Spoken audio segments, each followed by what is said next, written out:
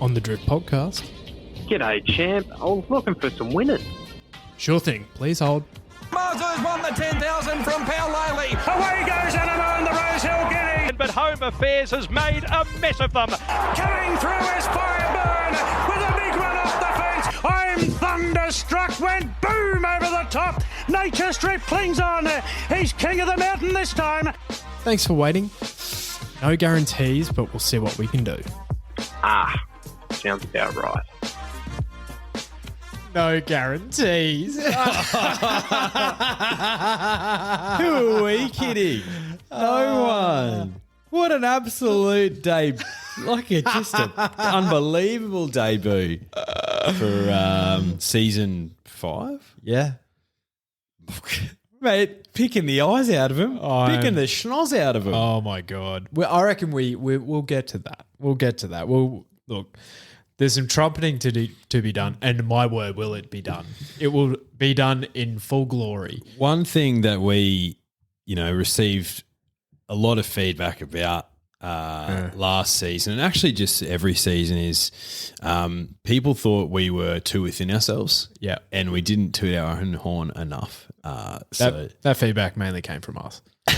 Mainly from me. Yeah. So, look, at the moment, our feet are too small for our boots, and we at least want to fill them out. Yeah. We don't want to get too big. Mm-hmm. We just want to fill them out. But yeah, we'll touch on it later. Yeah, we will. Great we weekend. Will. One thing I wanted to raise from my weekend was how it started. Yeah, okay. Friday night. I've been to many a Brisbane Lions game, right, at the Gabba. Many sporting event at the Gabba. These were by far the best seats I've ever had. Okay. So I don't know what type of lounge we were in, but there was a gin bar. There was some nice little like gourmet hors d'oeuvres on offer. Like there was some popcorn chick. Oh yeah, nice popcorn chick too. And did the Colonel do the catering? It almost. Not that good. It wasn't that good. No, it wasn't, but it was pretty close. And the chippies weren't like your stock standard gross chips at the Gabba. They were like actual like beer batter ones. They were nice. Gotcha. So some seasoning, some flavouring. Yeah. Like you could basically, this will sum it up, right? Mm. You could drink out of stubbies in this place. Well, that's good. Yeah. Well, by the sounds of it, the chippies weren't as beige as a doorknob. Yeah. There was a bit more character to them. So perhaps like a towel rack. Yes, well said. So the night was looking so fruitful. And then one of the most dominant displays from an opposition team I've ever seen. You know what it reminded me of? It reminded me of the 2019 final that we went to, where Richmond just dominated the Lions. Dicked them. It's like the Lions didn't even have an opportunity to play badly. No. Like the D's were that good. And to make things even worse, I was sitting with 2 D supporters. Oh, mate. It would have been terrible. You know what my highlight was? Go on. Spraying the umpires. I gave it to them. Oh, yeah, because, when you're left with the opportunity, you're left without an opportunity to even bag your team out because they didn't play badly. They just got dominated. What are you left with? Yeah, well, I was just hosing them. Good. Standing up, pointing. What are you doing?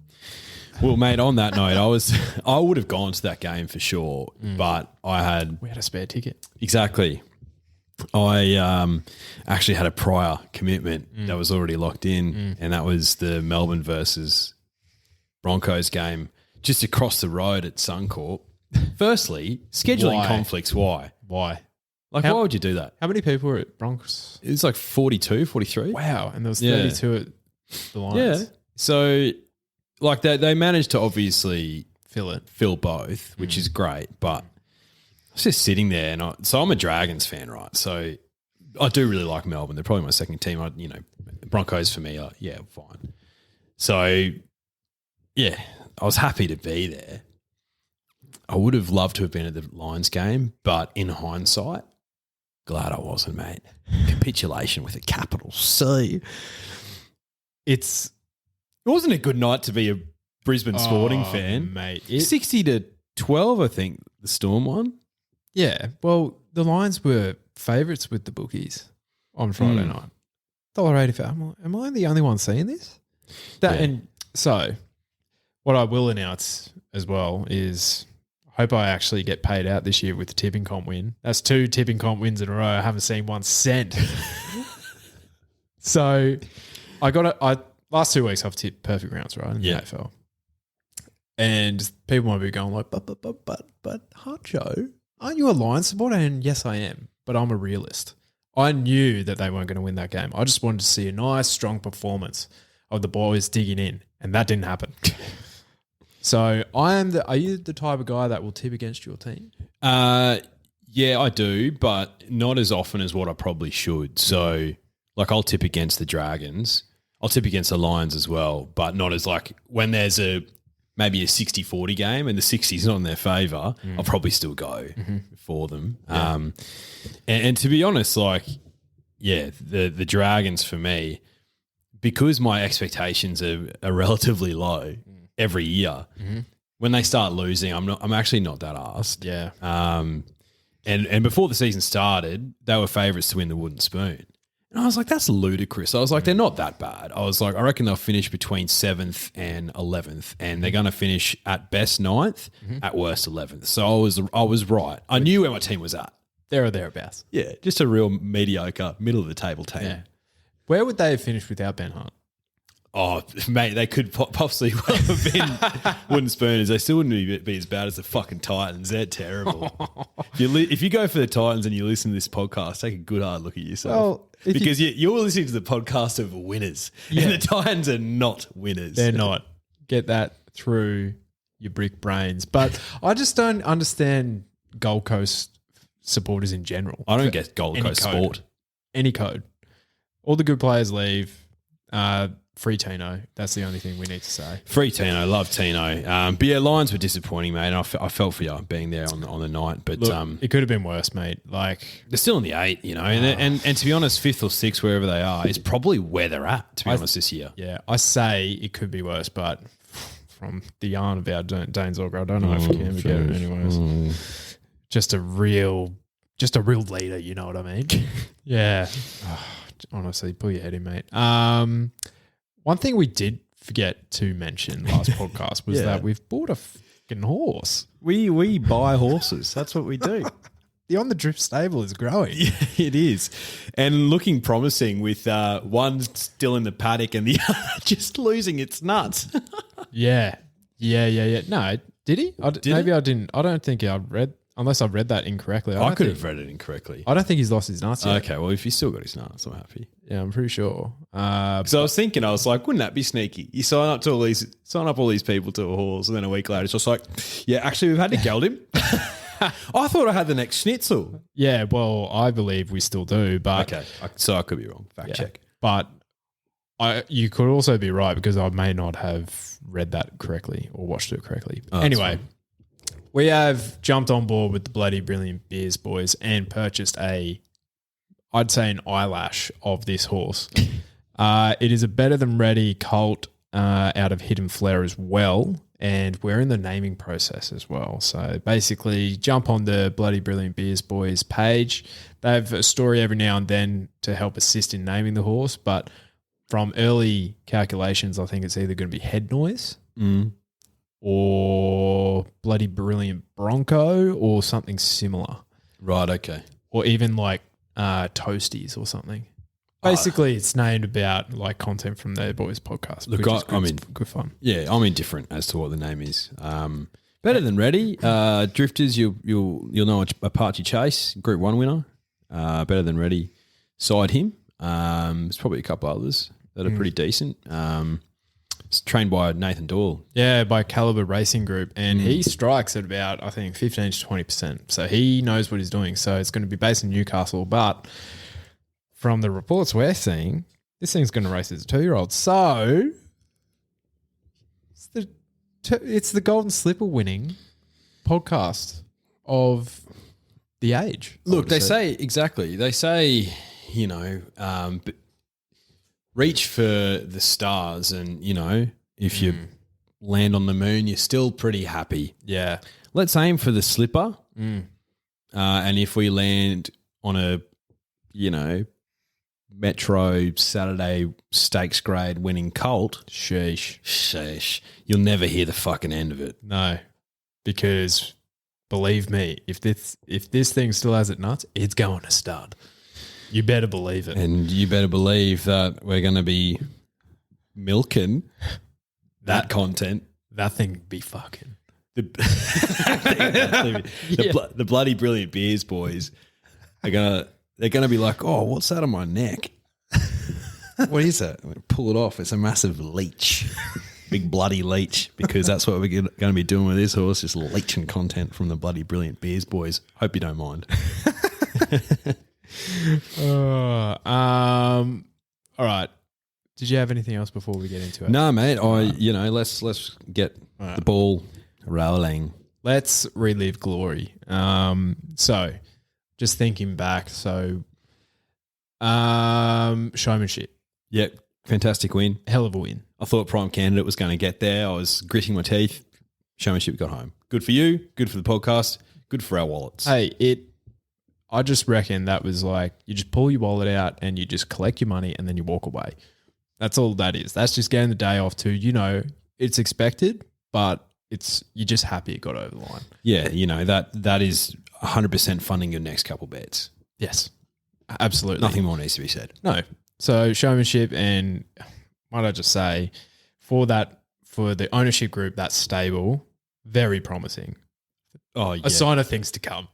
Yeah, I think those silks are going to be looking ominous all spring. I would have thought so.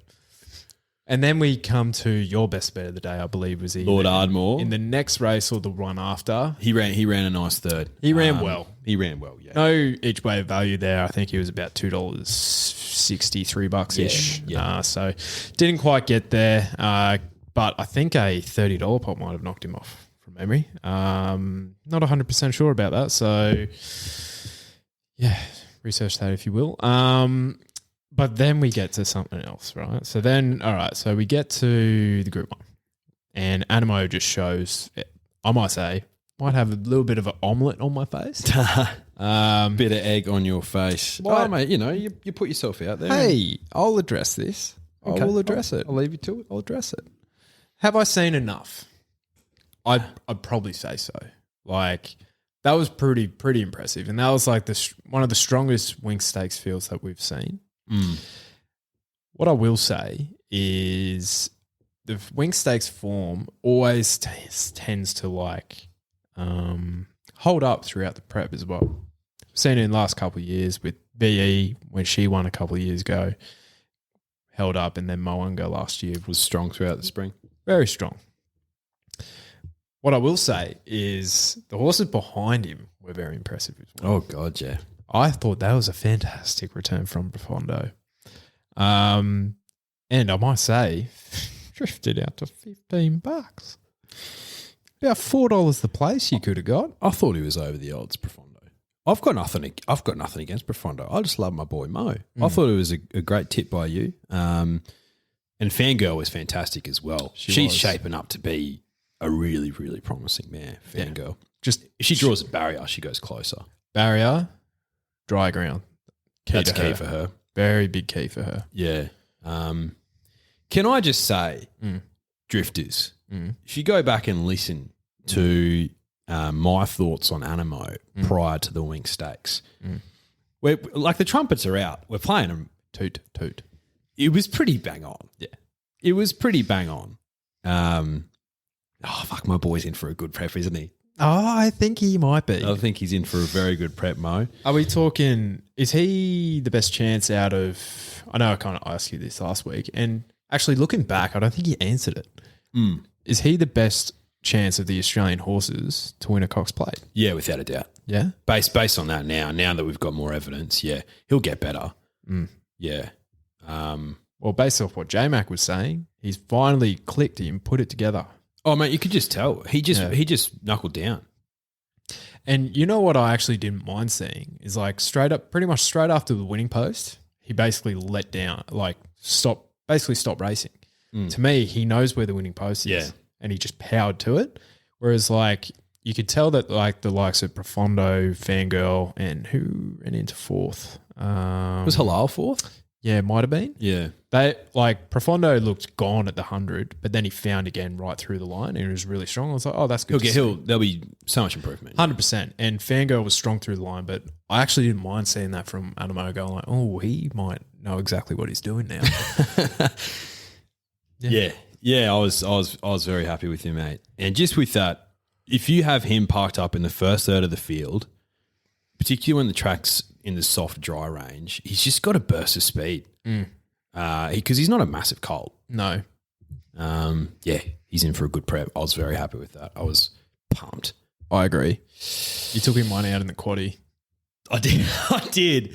And that was a little bit balls on the table. Well, we went field. Mate, my logic in the first was like, just get through the first. If I'm singling out Anamoe in the quaddie, then just get through the first, which we did. But then the thing with bloody $3 wins, I was like, oh, could have used some value there. And in hindsight, 2020 obviously, but apparently Darren Beeman this morning on the morning was like, oh yeah, that thing's our best bet of the day. I was like, oh, well, you're joking.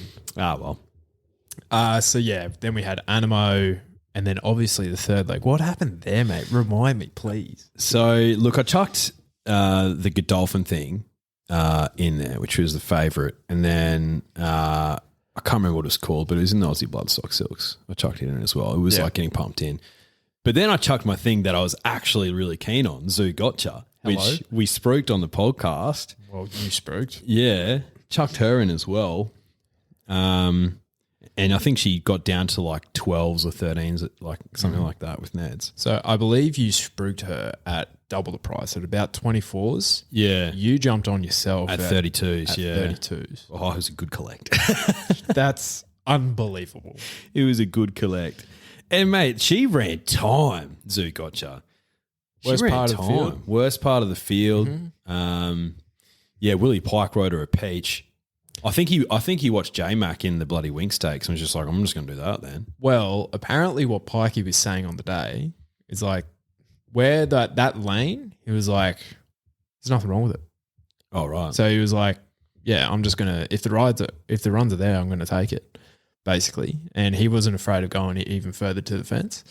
But they were a long way off the fence. A long way. So I think... Yeah, I don't know. Hey, Pikey did his job, mate. Mate, Pikey, rode her a peach. Wallace Stable has her aimed at a flight stakes. Yeah, they think long term she's probably going to be more of a sprinting filly, but obviously when they're 3-year-olds, they can go out to a mile. But they've got a really, really high opinion of her. So we'll know at the end of this prep where the mile was a bit of a stretch, but she'll win more stakes level races. So gotcha. Well, there you go. And and then last leg of the quaddie we won as well. So it was all in all a fantastic start to the spring for your boy. It really was. How about the ride of Bowman in the last there? Oh, great. My God. Yeah. Because we were going to get done. We were, yeah. Surely not again. Oh, I couldn't believe it. We've gone through 2 years of heartache. And I was literally just like, I was watching the race and I was like picking up the phone, unlocking it, going like, all right, what am I going to send? what emoji of heartbreak am I going to send? And then I just looked up and I saw this thing fly. I'm like, what number is that? Bang. Bang. Huge. He loves doing that though. I was putting his nuts on the line here. Well, that's the thing. And sometimes it goes horrifically, as evidenced by Frumos a couple of weeks ago. Speaking of, she's racing again this weekend. She is, yeah. $1.90. That's short. Very short. Too short for my liking. Nah, I might sit and watch that one. Yeah, gotcha. Yeah.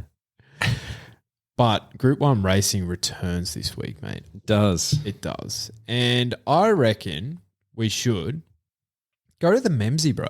Let's do it. Straight into it. The Memsie. 1,400 metres. I had a bit of a look at the last 5 years of history. Okay. 4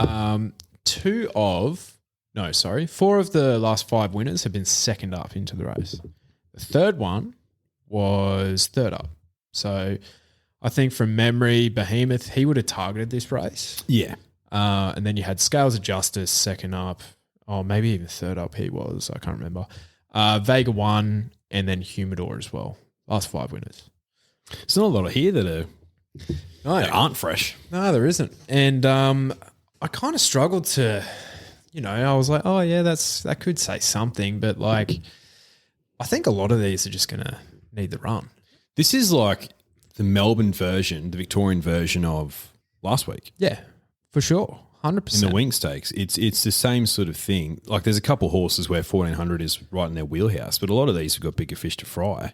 Like if I think it's a great field again. 100% it is. I reckon this is the name of the podcast this week, a Marvellous Memsie. It is a Marvellous Memsie, mate. It's certainly better than more recent editions. And I think we probably both found Behemoth last year. Yeah. And possibly even the year before.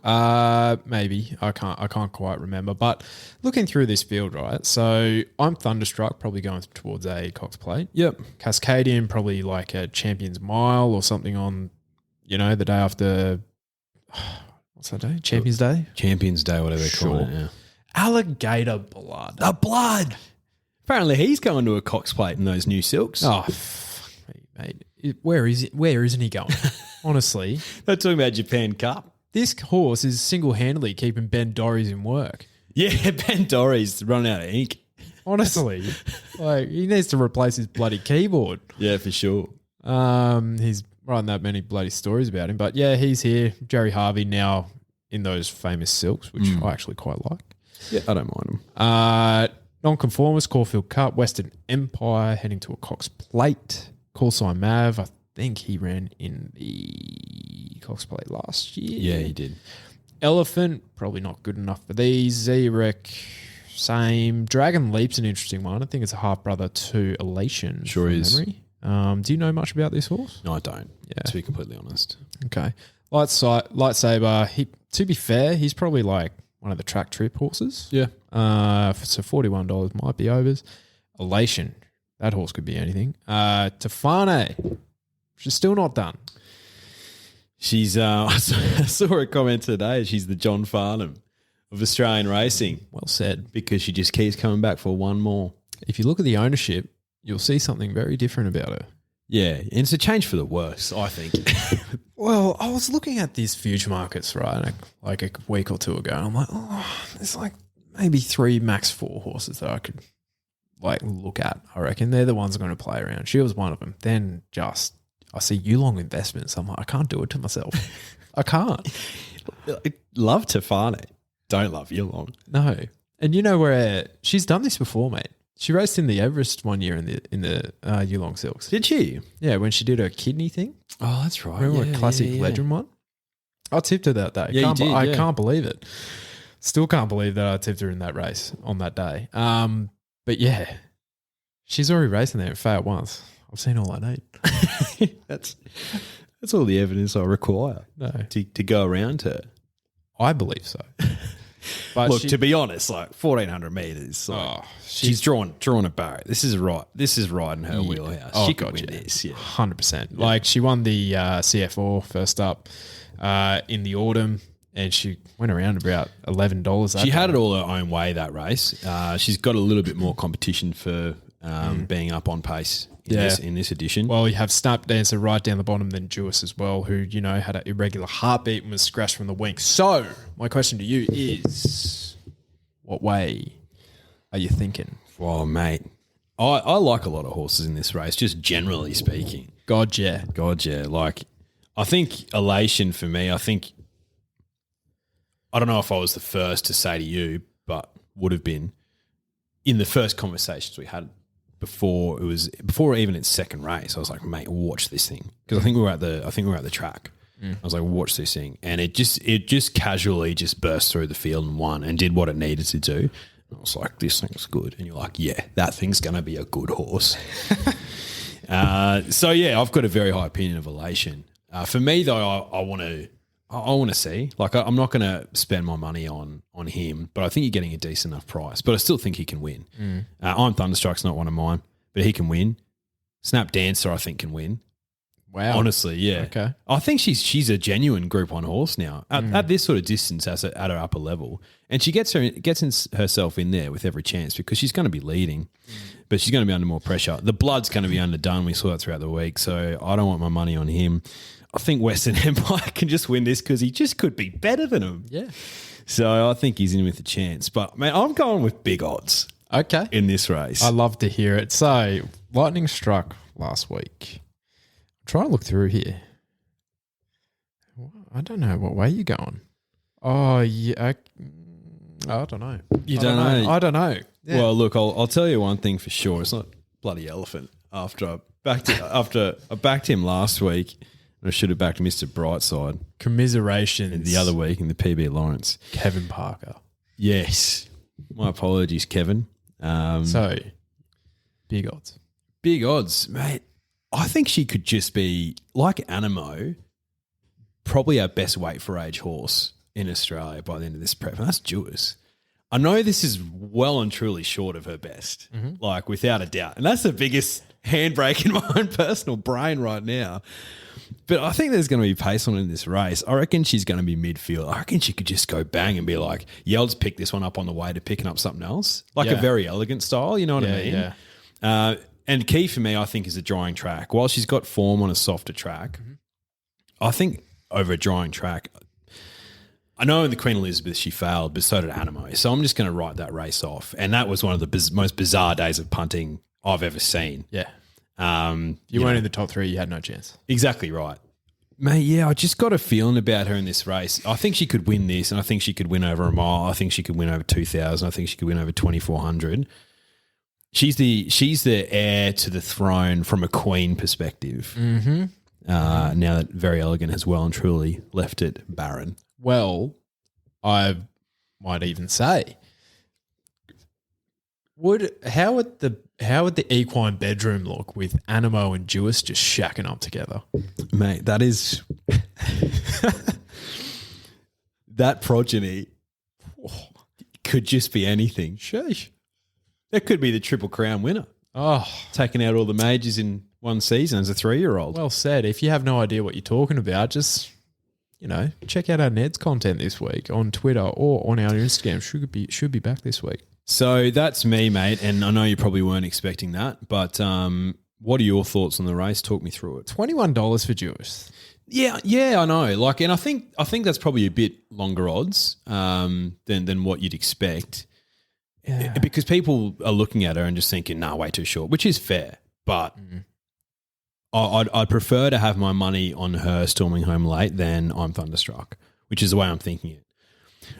But like I said, there's a few other horses that could just win. Yeah, for sure.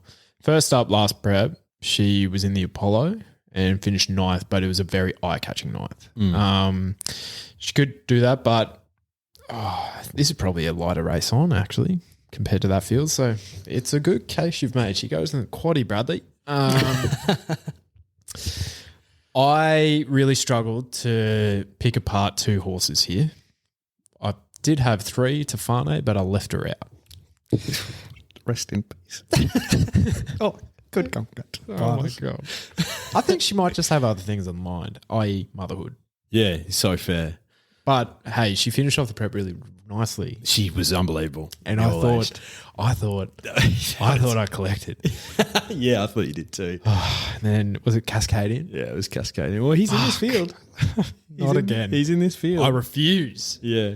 He's not a Caulfield horse. He's a Flemington horse. He's a horse who, you'll jag him at odds very occasionally. Yeah. And good luck to you for losing your money the first 3 or 4 times. Yep, absolutely. Okay. So basically I've landed with the 2 favourites in the race. But it's $5.50 to field. So, even if you find the winner, you're still getting decent cash. You're getting good cash. So Western Empire and Elation. I wanted to back both of these horses at every start of this prep. Well, evidently. I can't. You can't, yeah. Unless I just have a Quinella on this race. Yeah. That could be my Group 1 tip. Yeah. Do I get double points for that? I could. But no. So the way I've thought about this, who has more runs on the board? Western Empire. He sure does, yeah. Why didn't he race in the autumn, which, look, on early looks, or not even early looks, but it could be a blessing in disguise. He's trialled well. He has trialled very, very well. Basically, the way he finished off in the Group 1 that was over in Perth, he was half a length off him, and he got beaten by Regal Power, who's come out and started his prep very nicely. I thought that horse was done, but whatever they do over there, they know what they're doing. Janny O'Brien is a bloody good trainer. Anyway, so he finished half a length, but the reason why he didn't race throughout the autumn is because one of his joints in his back went during the race, and I think there was also a floating bone. So they're like, you know what, big fella, take the autumn off, take a few months off, take a sabbatical. We can see you winning some of our biggest races. So I tell you what, you can have a spell. Yeah, for sure. And you know what, we love racing our horses in Melbourne, not Sydney. Bob Peters is a Melbourne operator. God, yeah, without a doubt. And you know what else Bob Peters loves? He loves cash, mate. He so much. He loves cash. So He's if so there's much. a Group 1 for the taking, I reckon this horse he'll be ready to go. I think so, mate. And just like Anamoe last week, like he could just be better. I believe so. Yeah. I think this horse is one of our. I reckon it's Anamoe after what I saw last week. I think it's this horse for the Cox Plate. I reckon there are two best chances. That's how good this thing is. If he's run with a floating, with basically, have you ever tried to pick up something and your back's out? Yeah. It's impossible. It hurts. This horse was the equivalent. And he nearly won another Group 1. He nearly won another Group 1. That's how good he is. So I think he's going to give this race a hell of a shout. And what lent me into his direction over Elation in the end was their settling position. They basically drawn the exact same barrier virtually. They're going to be right beside each other, but Elation in his run so far has been in the back quarter of the field. Western Empire sits in the first third. I think he's just going to be 3 wide, bit of cover. He's just going to drift out. I think Damien Lane's on him. Push the button. Bang. Thanks for coming. Mate, yeah, could see that unfolding before our very eyes on Saturday afternoon. So, yeah, I reckon that's a good tip.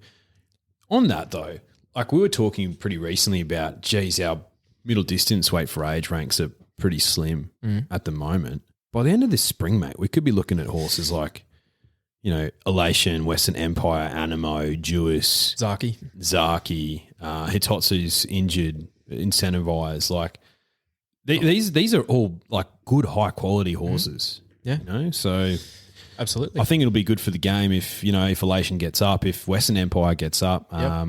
It'll be good for the game. You know who you missed off that list and the Drifter of the Week, Lachlan Winks. Shout out to you, brah. Congratulations on winning the greatest tipping competition of all time. That's what I heard. Yeah, and we'll go through that again. Don't you worry. He'll be shattered that you left out his selection. I'm thunderstruck. Maybe I did it on purpose. He's just not one of mine. So he can win this. He could, and apparently the stable love him. They're like, if you think Elation's a shout, don't forget about our favourite boy on Thunderstruck. I don't know. I think he could run well, but I reckon he'll be as fat as a bus again, and he'll need the run. Yeah, he was so fat. He was enormous. It took him a while to get going. The big boy. He did. But he had a good prep. So yeah, Winksy is with I'm Thunderstruck. So best bets time. What are your thoughts? Mate, I like a fair few things this weekend. I had outside of my best side too. Yeah, so do I. But you have the honours, mate.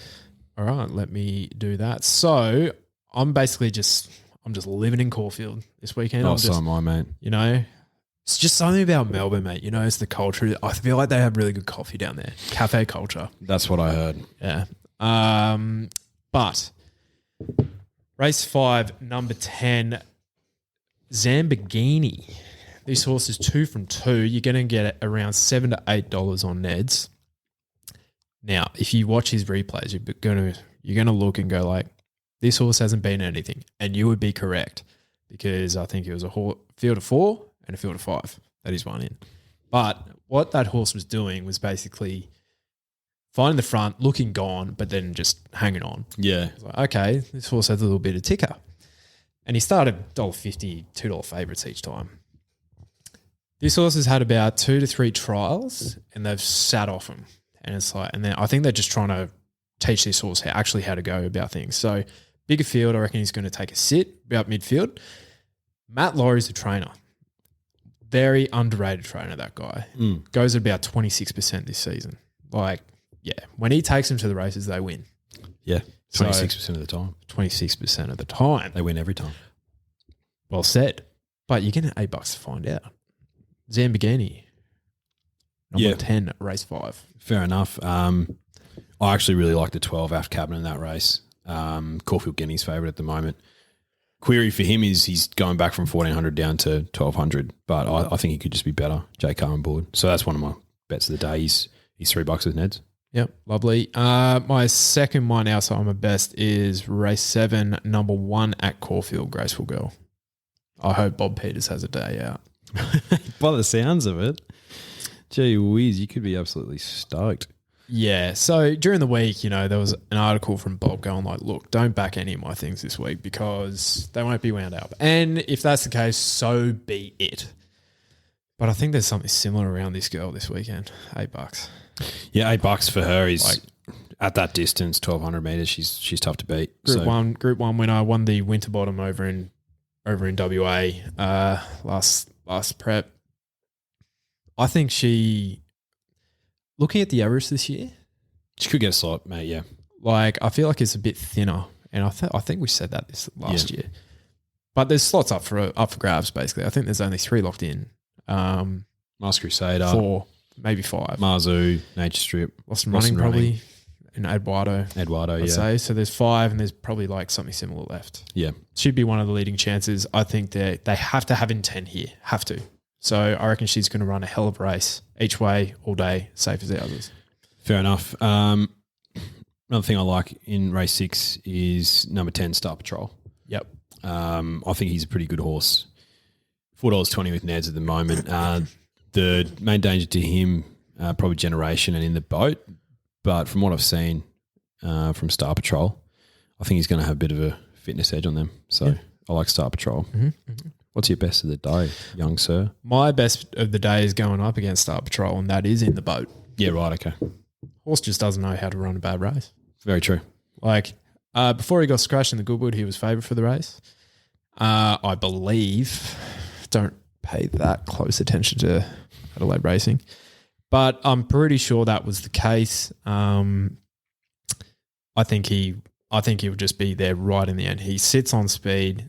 Basically, he'll give you a run for your money, which is all you can ask. That's all you can ask for. My best of the day is actually going up against Graceful Girl in race 7, and that's passive aggressive. Yeah. I watched her first start or a replay of her first start and then back to every start since. So in that last start, she actually beat Star Patrol, and I just watched that, and she just did it like a horse who has Group 1 talent. I think if you're talking about Everest slots, she could also be a horse that runs in that race. She's going to have the residual fitness, and she just looks like so. And the comments about her post race, and she's trained by Graham-Begg, that's right. Which is like she still doesn't exactly know what she's doing, and she just looks so casual out there, which tells me that there's still plenty left in the tank. The way she put Star Patrol away was unbelievable. I think she can win that. $2.70 with Neds. Mm-hmm. Well, I think there's a couple of Cornellas in play there in the boat into Star Patrol. Yep. Passive aggressive into Graceful Girl. There you go, Drifters. Well, there you go. All right. Forgot to read this out last week, but thank God we didn't because unfortunately, Gabby, your best of the day at $1.50 didn't win. But Lockie Winks, his best of the day is race 10 at Rose Hill, number 1 Daj Run at $20. God. You know what? Why? Pikey in the last. Sound. We don't, something that we're going to do this season, just as an FYI, if you're Drifter of the Week, might critique a few picks here and there. We might. So, Pikey, respectfully. Yeah. I can't debate Pikey in the last. I can't debate that. I could probably debate the horse's form. And you know what? We might do that right now. So, $18. Sorry, I lied. $18 with the good people at Neds. So, all right, just looking through this horse's form lines, all right? So, he's 1 from 4 at the distance, 2 out of 5, good track form. All right, so what rating is this? All right, so it's a benchmark 88. He's a 4-year-old entire. This is great content. So, all right. So he's ran third in a Group 3 in the Doncaster Prelude. And then fifth in another Group 3. Look, he's probably up to that grade, to be honest. Yeah, so look, if there's nothing that we can do to debate it, like, good on you, Winksy. I thought Mautai was a good chance in that race. I Gelding? like freshly gelded, very true. I like Sir Lemur in that race. Yeah. Back to the last start. Yes. But what Winksy did last week was he won the greatest tipping competition of all time, which is back this week. We're playing at Caulfield this week. Just makes sense. It makes so much sense. We cover Group 1 racing on this podcast, so you gotta tip the Group 1 races. Without a doubt. Do you have a little show of what's on offer this week? I sure do. Give me 2 seconds. Well, while you do that, there is going to be new bareback biltong this week, so you can do this through our show notes as well, but also at barebackbiltong.com.au. But we're going to be sending out this week the new smoked biltong, and it is fucking sensational. I can tell you that. So if you like smoked meats, you know where to go. Drift is 20 on screen. Sweet. So look, this week, as usual, we got a Neds hat. Got some Neds sunnies. Gage Roads cord cap. Look at that. That is sensational. Unbelievable. We got stubby coolers. What else do we have? We have an on the drift cord cap, and honestly, what else could you want? There's nothing else I could particularly want. Oh, apart wait. from that in life. Oh, wait. There's more. There's more. Ned's pen. Ned's cooler. Do you know what you put in that? Gage Roads products. Got key rings, we've got socks. And more importantly, 6-pack. Hello, Sunshine. Apple cider. You're a cider guy? I don't mind cider. I'll drink anything, let's be honest. Yeah, that's true. And of course, we do have... You're going to get 3 packets of biltong this week. You're going to get the smoked chili, the smoke, and the original. Because, we're generous guys. And so are the people at Bareback Biltong, Gage Roads Brewing, the good people at Neds, and us. Yeah, look, the crowning achievement of this prize pack is this on the drift cord cap. It's limited edition, guys, so fucking sign up to the tipping comp and get involved. Actually, thank you. Thank God you've raised that, because I forgot. We haven't done the giveaway yet. For the Spring Stable. Oh, of course. I meant to bring that up earlier, but thank you for raising it. So basically, we have a few nominations, and there's a few people in here are ineligible because you didn't give a reason why. You didn't rebuy. So now I know you're connected with this drifter. All Out NRL Fantasy. All right. So their explanation is, so basically on the top row, so your spring stables for $7. Top row, $4. Zaki, Nature Strip, Anamoe, Jewis. $3. I'm Thunderstruck, Eduardo, Western Empire, Mars Crusader. $2. Cascadian, Lost and Running, Elation, Marzu. $1.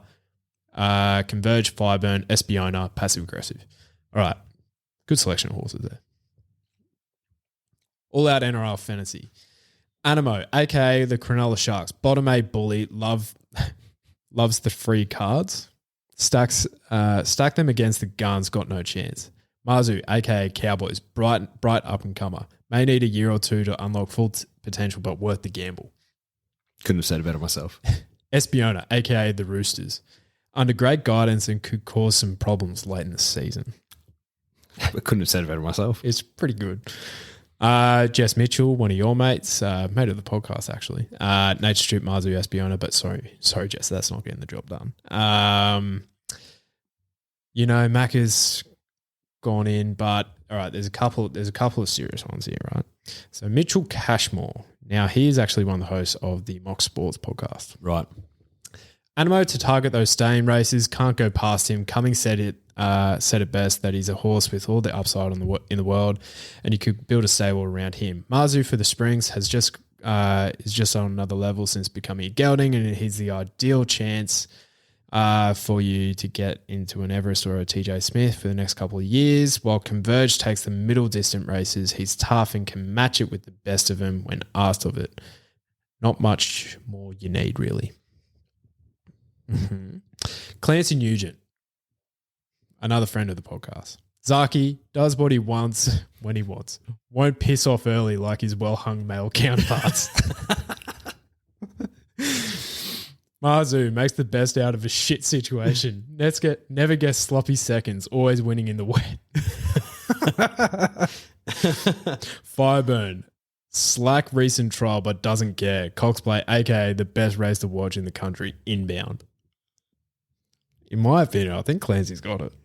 I think Clancy's got it with that explanation. Whenever you're talking about nuts, particularly horses that don't have them as opposed to horses that do, you know, it's the great divide in racing. It really is. It's the greatest divide in horse racing. It really is. So, Clancy, we'll get in contact, bro. But, yeah, and on the drift cord, coming your way. Congratulations. And for those listening and watching, was it worth waiting? Yes, it was. Yeah, I believe it. I believe it was.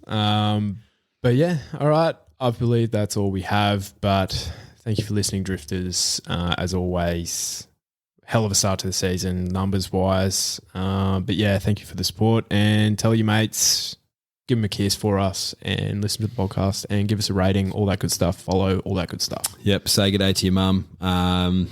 Big thanks to Neds and all our sponsors. Good luck this weekend. And if you're having a punt, do it responsibly. Oh, God, yeah. Bye. Hooroo.